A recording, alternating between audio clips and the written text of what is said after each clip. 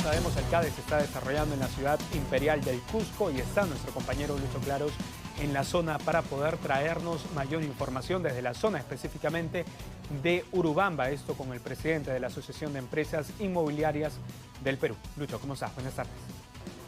¿Qué tal? ¿Cómo están? Seguimos con esta cobertura aquí de la CADE 2023 desde Urubamba. En esta ocasión estamos con José Espantoso, presidente de la Asociación de Empresas Inmobiliarias del Perú.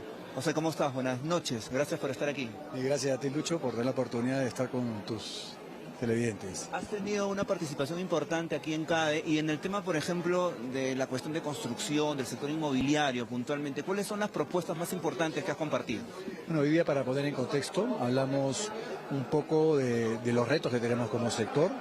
Es importante decir, y es realmente dramático, cuando hablamos de pobreza multidimensional, que después de haber pasado de todo el tema del COVID, después de haber tenido una inestabilidad política, casi 6 presidentes han pasado por Palacio de Gobierno del 2018 al 2023, la pobreza, el índice de pobreza multidimensional es de casi 35%. Lo dramático que nos debe, digamos, reflexionar como sociedad es pensar que 1 de cada 3 peruanos no puede acceder a una vivienda adecuada. 1 de cada 3. 1 de cada 3 peruanos no puede acceder a una vivienda adecuada a sistemas de salud o a sistemas de educación, que es lo que, así de esa manera, califica el Banco Mundial la pobreza multidimensional.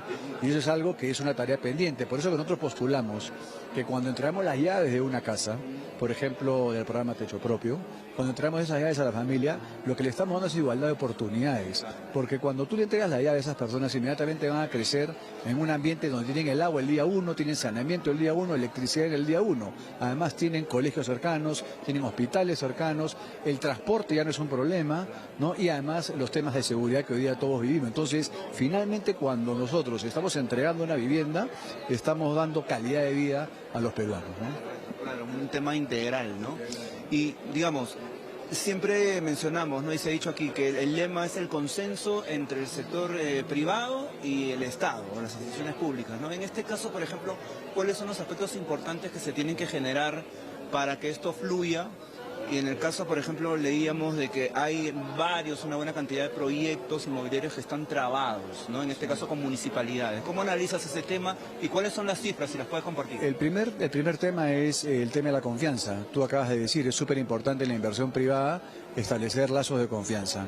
En nuestro caso particular, en el trabajo que tenemos haciendo los gremios, me refiero aquí a ADIA, CEICA, PECO, digamos, a la interrelación con el ministro, con la ministra, en este caso de Vivienda, ¿no? Tenemos una excelente relación, estamos trabajando de manera conjunta en varias, digamos, soluciones, ¿no?, de vivienda.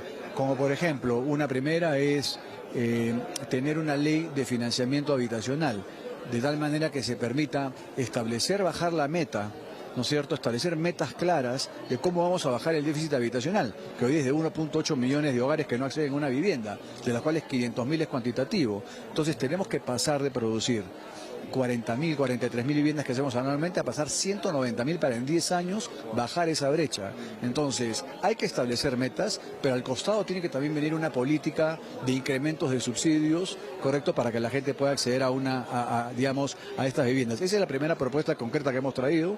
La segunda es activar ya el tema de operador de suelos, ¿no? El operador de suelos, que por la ley DUS ya está dado, que es el Fondo Mi Vivienda que va a operar, es encontrar paños grandes, habilitarlos, darle servicio de saneamiento para que se puedan hacer megaproyectos urbanos, de viviendas normales, y más familias puedan acceder. Y finalmente, y dos propuestas más que tenemos, es la lucha frontal contra las mafias del tráfico del terreno. Es un tema súper importante, la informalidad nos ha ganado, el crecimiento de las ciudades en los últimos 20 años, que han crecido en 50, se han expandido las ciudades en 50%, el 93% ha sido suelo informal. La gente que vive en la informalidad, finalmente el agua, si es que leía 15 años después, en el interín están pagando el agua más cara, ¿no?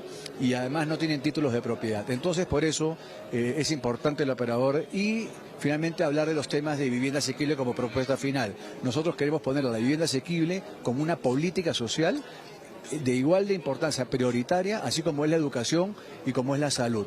Política social prioritaria, de tal manera que vamos en congruencia con la forma de medir la pobreza multidimensional del Banco Mundial, ¿no? Y en este caso, por ejemplo, de estos proyectos inmobiliarios que están trabados, que tengo entendido, por ejemplo, son como 400, creo, en Lima, ¿no? Sí. Pero hablando ya a nivel general, en otros que se puedan presentar, ¿por qué pasa eso? ¿Cuáles son, digamos, las trabas principales? Mira, potencialmente lo que hemos dicho son 400 proyectos. Nosotros en la asociación hemos delimitado aproximadamente 150 proyectos que sí están con una cierta paralización, llámese porque no reciben conformidad de obra, llámese porque están construyéndose y han parado la obra, o también porque no pueden seguir su proceso normal de aprobación de proyectos para sacar sus licencias, o porque no han podido aprobar este proyecto, pero hay un mundo que desconocemos, que son aquellas personas que han comprado terrenos y que no están todavía puestos, digamos, en vigencia. Entonces, por eso hablamos de potencialmente 400 proyectos, ¿no? ¿Cuál es la traba? ¿Y qué es lo que nosotros sostenemos? Que en un año recesivo, estamos en una recesión, ¿no?